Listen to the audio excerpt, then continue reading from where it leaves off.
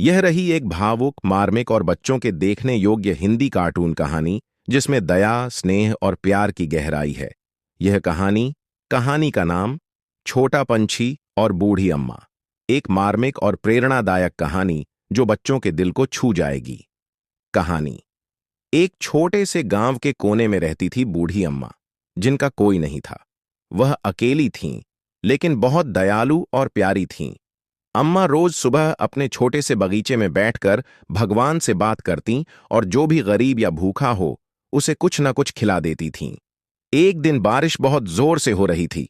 तभी अम्मा को अपने झोपड़ी की खिड़की के पास एक भीगा हुआ छोटा पंछी कांपता हुआ मिला।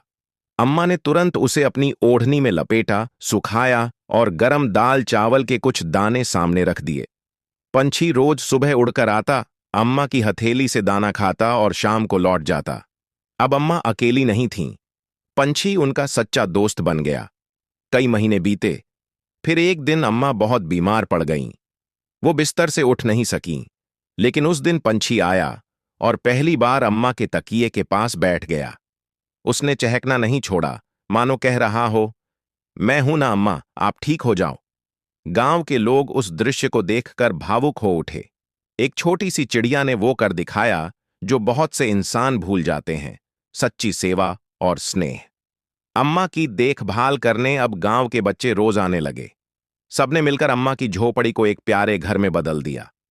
और वो पंछी अब वह गांव के हर बच्चे का दोस्त था। सीख, नैतिक संदेश। सच्चा प्यार और सेवा किसी रूप, जाति या प्राणी में बंधा नहीं होता। एक छोटा सा दिल भी बहुत बड़ा प्यार दे सकता है।